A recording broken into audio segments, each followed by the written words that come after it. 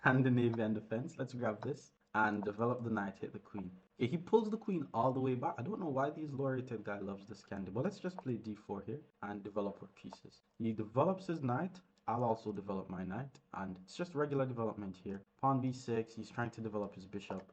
Let's go bishop c4. And then he develops the bishop, and I'm going to start by playing queen to e2 in this position. I like to put my queen on the same line as the opponent's king. And then he plays e6. I'm thinking of knight e5 and just sacrificing here, to be honest. Knight e5 is queen could take, and then I could take and hit the rook, and then it's already a complex position. But before we start trying to win quickly, let's get our king out the center. But that's an idea that I have. He develops his bishop. I'm also going to develop my bishop. Now all my pieces are out. He castles his king. Now I'm going to put my rook on the same line as his queen.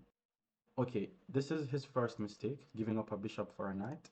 Let me take with the queen, and now I'm attacking his rook. And because of that mistake that he made, I'm now able to start an attack on his king, because he doesn't have a light squared bishop. First, I'm going to pull my bishop to d3, pointing it towards this weak h7 pawn. And now he moves his knight. He's trying to go for a trade, but instead of immediately trading, I'm going to leave my bishop hanging, and I'm actually going to play the move queen to h5, because I'm currently threatening a checkmate.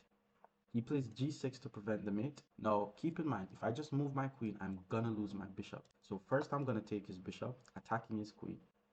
And then once he takes, I'm gonna go queen to h6, and my goal is to target this weak h7 pawn. Okay, he took, let's just take back. This is the only piece that is not doing anything, so let's get it in the game. And now I'm gonna do what we call a rook lift, where we move the rook forward with the whole idea of swinging it over. And again, it's like hacking a file. He takes. Before I take back, I'm going to play rook h3. Now I'm threatening a checkmate. He plays knight f6 to guard the mate. Now, the knight is the only defender of the h7 square. So if I could figure out a way to get rid of his knight, that would be a checkmate. So I'm going to start by playing the move pawn to g4. Yes, I'm moving pawns in front of my king, but if I'm able to chase that knight away, that would be a checkmate. He plays pawn to g5, which is just bad. This is going to lead to a mate. Because notice what happens. He's trying to prevent my pawn from going to g4. But while doing that, he opens this diagonal for my bishop. So now I'm attacking this h7 pawn 3 times, and he's only guarding it once. So to do the checkmate, I'm just going to take on h7 check. If he moves the king, that's going to lead to a mate. And if he takes with the knight, that's just a checkmate. He moves his king out the way, and I already have checkmate in 2 moves here. I'm going to start by simply moving my bishop out the way, and that's a check. His king then has to take the bishop, and then queen to h8 is a checkmate. Follow for more videos like these.